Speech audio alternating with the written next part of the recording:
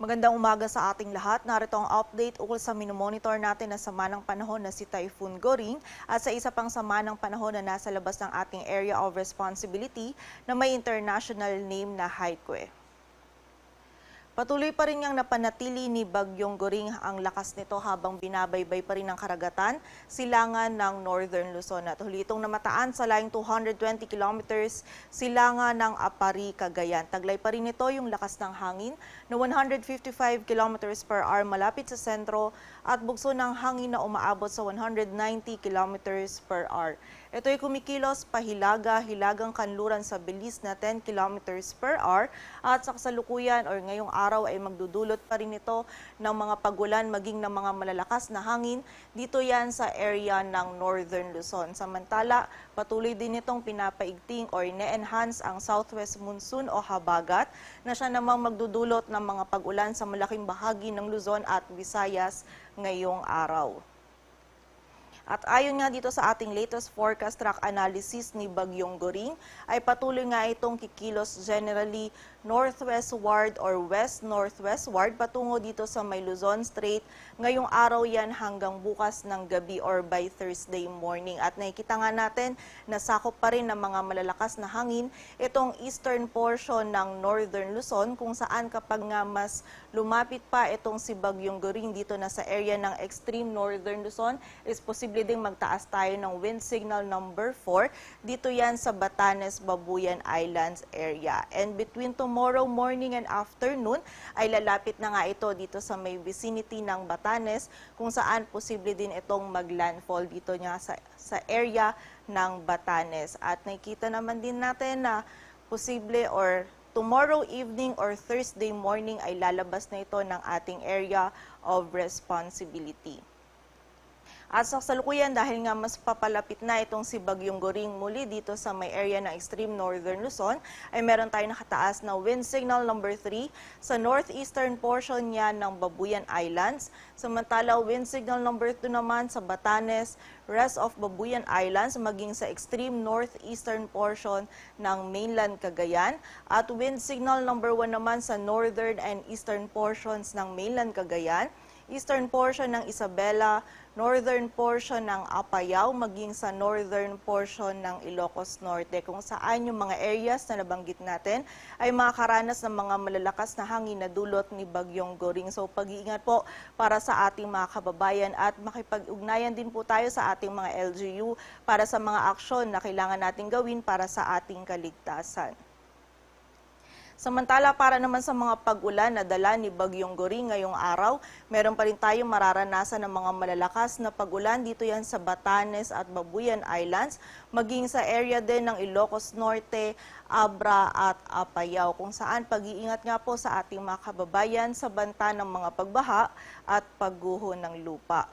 Samantala, bukas naman makakaranas pa din ang Batanes at Babuyan Islands ng mga malalakas na pag-ulan, maging ang Ilocos Norte, Cagayan, ang Apayao, Abra at ang northern portion ng Ilocos Sur.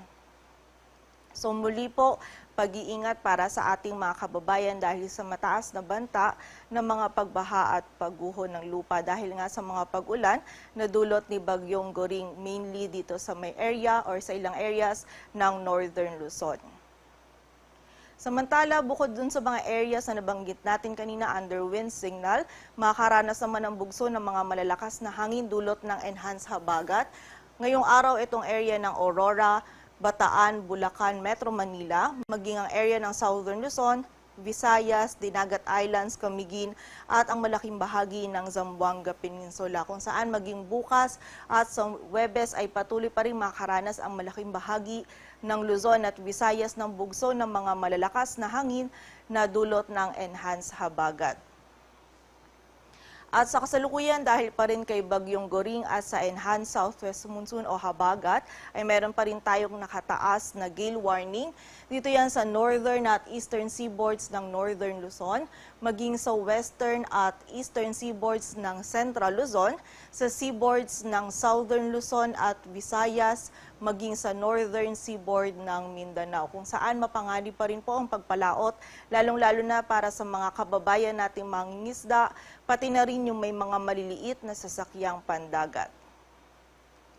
At para naman sa isa pang bagyo na minomonitor natin na nasa labas pa ng ating area of responsibility na may international name na Haikwe, huli itong namataan sa layong 1,885 kilometers east of northern Luzon. Taglay pa rin ito yung lakas ng hangin na 65 kilometers per hour malapit sa sentro at bugso ng hangin na umaabot sa 80 kilometers per hour. Ito'y kumikilos pakanluran sa bilis na 20 kilometers per hour at sa kasalukuyan ay wala po itong direct effect sa anumang bahagi ng ating bansa. At ayon nga sa ating latest forecast track analysis, generally, ito ay kikilos pa northwestward dito sa area ng Philippine Sea until Friday at posible nga po itong pumasok sa loob ng PAR by Wednesday afternoon or bukas po yan ng hapon o gabi, kung saan dito nga sa ating forecast track, nakikita natin na mananatili itong malayo sa anumang bahagi ng ating kalupaan. And also kapag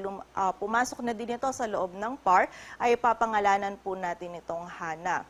At muli, nakikita nga natin wala itong direct effect sa anumang bahagi ng ating bansa or hindi ito magkakaroon ng direct effect sa anumang bahagi ng ating bansa. Ngunit patuloy din ito or i-enhance din ito yung southwest monsoon o habagat. Kaya na-expect natin throughout this week ay patuloy nga tayong merong enhanced habagat na siyang magdudulot ng mga pag-ulan, lalong-lalo na yan sa kanlurang bahagi ng Luzon at Visayas. At para naman sa magiging lagay ng panahon ngayong araw ng Martes, masungit na panahon pa rin yung mararanasan or meron pa rin tayong mga pag-ulan na may mga kasamang malalakas na hangin. Dito yan sa area ng Batanes, Cagayan, Isabela, maging sa Ilocos Norte at sa Apayao. Dulot nga po yan ni Typhoon Goring. Samantala, yung malaking bahagi or nalalabing bahagi din po ng Luzon ay makakaranas din ng makulimlim na panahon at mga pag-ulan. Lalong-lalo na itong western section ng Luzon, partikular na yan sa Zambales, Bataan, Occidental Mindoro, maging yung bahagi ng Northern Palawan, dulot naman po yan ng habagat. At yung nalalabing bahagi ng Luzon, kasama na dyan ng Metro Manila ngayong araw, ay magiging maulap din po yung ating kalangitan at magiging mataas din yung tsansa ng mga pag-ulan, pagkidlat at pagkulog, dulot pa rin po yan ng habagat. So kapag po tayo ay lalabas, huwag natin kalilimutan yung mga pananggalang natin dito sa mga pag-ulan na ito. Agwat ang temperatura dito sa Metro Manila ay mula 25 to 31 degrees Celsius.